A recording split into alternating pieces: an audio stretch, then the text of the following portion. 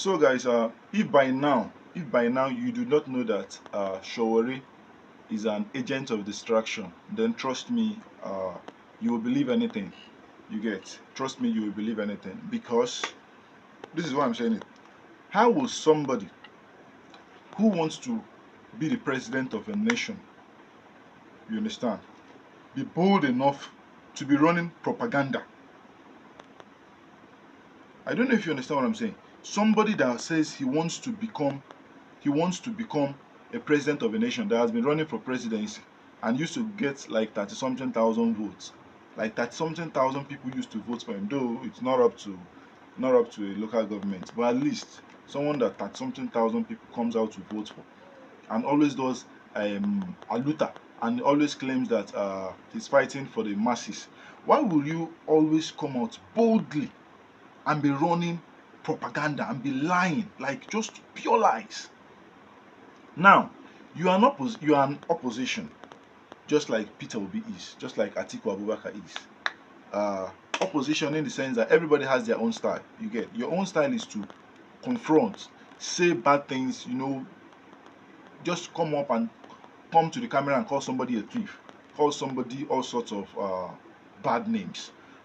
On the other hand, Peter Obi is someone that, in as much as he knows that, okay, these people might be these things you've been calling them, but he doesn't come out openly to say all those things. He kind of says it in such a way that it does not look like an insult.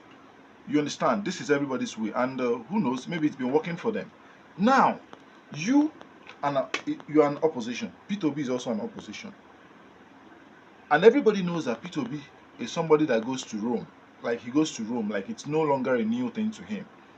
There are pictures of him in Rome with the late John Paul II. There are pictures of him with Benedict XVI that died some years ago. There are also pictures of him with Francis, Pope Francis. Now, Pope Francis died, and he was laid to rest. The day he was being buried, Peter Obi was in Rome. He went there. He witnessed the burial.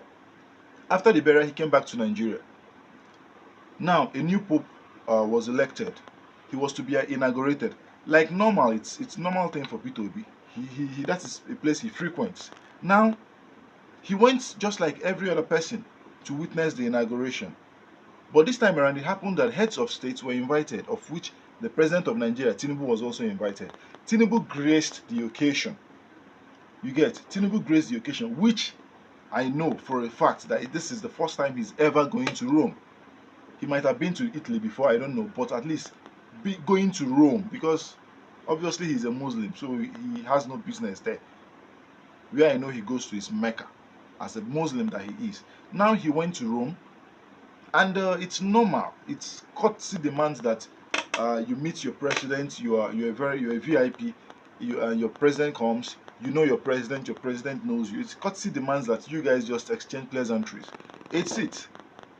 Now Peter Obi goes and greets the president.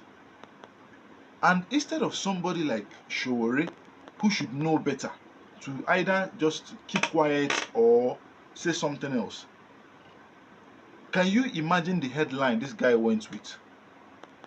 Because obviously he owns Sahara Reports, the newspaper that David Hundeyin has even told everybody that this newspaper is being sponsored by a particular company in the US. That the company that sponsors Sowore and his newspaper is a company that normally supports all these terrorist organizations. It's on record. It's on Wikipedia. It's on everywhere.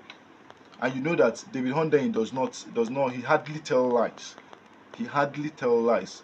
Most of his publications are always kind of 80 to 90% true.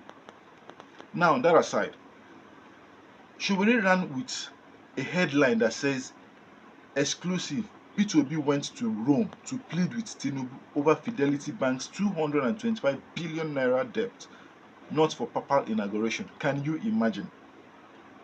Can you imagine? And the video that circulated online between Tinubu and Peter Obi was kind of less than 2 minutes. So does it mean that it's less than 2 minutes that they said everything they said? And immediately after the inauguration, Peter Obi headed back to London, and from London back to Nigeria. Whereas Tinubu went for other things and came back recently. So P2B is not someone that gets angry easily, but this one got to him that he had to do what? He had to release a statement. He had to release a statement. Now, this is the statement he gave. And the statement is obviously directed to Sowore, because in the statement he referred to him as a blackmailer, because you are trying to blackmail his personality. Listen, I'll put it on the screen. He said, "It's obvious that the biggest business for blackmailers now is talking about Peter Obi from every negative perspective. Even my solemn spiritual trip to Rome has been twisted into yet another blackmail campaign by merchants paid ostensibly to propagate anything negative against Obi. One such individual, whose entire life revolves around blackmail, falsely claimed that I went to Rome to have a private meeting with President Bola Ahmed Tinubu regarding a purported 225 billion naira debt crisis involving Fidelity Bank. These claims are not only baseless, malicious, but entirely false. Let me categorically state that I have never sought an audience with nor met President Tinubu since he assumed office, except about a 1-minute meeting at the arena of St. Peter's Basilica, Rome, during the inauguration mass of Pope Leo XIV, where I was seated behind and had to respectfully greet him and other dignitaries present. I was previously in Rome on the 9th of May for the lying-in state of Pope Francis. Immediately after the Mass and exchanging pleasantries, I went straight from the Vatican City to London and then back to Nigeria." The self-proclaimed blackmailer-in-chief, that's Sowore, and others who strive on spreading pain and falsehoods have also claimed that I own Fidelity Bank. For the record, I do not.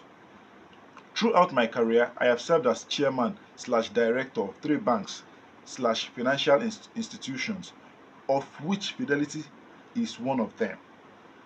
Fidelity has over 500,000 shareholders, none of whom hold a majority stake. What this blackmailer seeks is to harm these hardworking Nigerians and cause them needless distress. To those peddling these falsehoods and engaging in blackmail, I offer a simple prayer. May God grant you the virtues of gratitude and understanding to know that we came here with nothing and we go with nothing, that they cannot profit from their evil wills. A new Nigeria is possible. So this is it.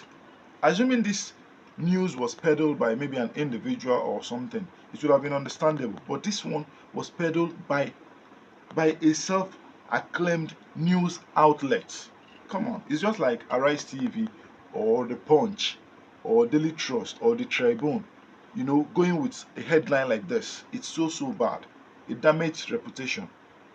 Now, you can imagine, after he said this, Sowore had to reply, because Sowore already knows that he's actually talking to him. Look at what Sowore had to say. He said, and I quote, "I heard the money laundering in chief at Pandora Papers and Packaged Fraud has fabricated another story this morning about the reason his elder brother has bounced him during his ill-fated visit to Rome. May Nigeria overcome the graduates." And the worst part is that Deji Adeyanju, very dark man's lawyer, even said, kind of sided with Sowore somehow. He said Sowore gets bad mouth, called him money launderer in chief, and still said Tinubu is his elder brother. Good though. Like, these people are not serious, because P2B went straight to the point. And instead of you, Sowore, to also tackle what he said, you are bringing up Pandora, you are bringing up commander-in-chief of fraud and all these things. Pandora, for the record, when this issue of the Pandora Papers came, P2B came out and explained everything. He has explained everything. Your name being listed in Pandora Papers does not automatically mean you are into fraudulent activities.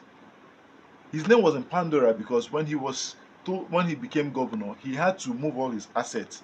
He had to keep them somewhere, because he won't sell them off, and he cannot be controlling his business while he is also the governor. So he had to keep it somewhere, and that was how Pandora took notice of it. It now became as if those his properties, those his goods, and those his everything he owns were fraudulent. This thing he has come out to explain. So I do not understand how somebody like Sowore who ought to know better, is now the one peddling all these lies. So for anybody who is yet to understand that this man is a fraud, this Sowore is a fraud, and he's just a mole trying to, to destroy every single genuine people that wants to uh, that wants to contest for the presidency, that have every realistic chance of becoming president. What he does is he tackles them. When Atiku was the most obvious person to get this ticket, he was all over Atiku. Now Atiku is no longer that much in the picture. He's now targeted Peter Obi. So you can see. So if you don't know yet, don't worry. With time, so many things will be coming out. Somebody that is supposed to be telling the whole world what he will do. He's there always tackling an opposition. Omo, let me stop talking because if I start saying things, Omo, I feel no come for here. You get. So what do you think about this video? What do you think about this Sowore and Peter Obi issue? Let's have it right in the comment section, guys. And if you enjoyed this video, please give it a thumbs up, subscribe, and share this video. It's very important. So see you in my next upload. Don't go nowhere.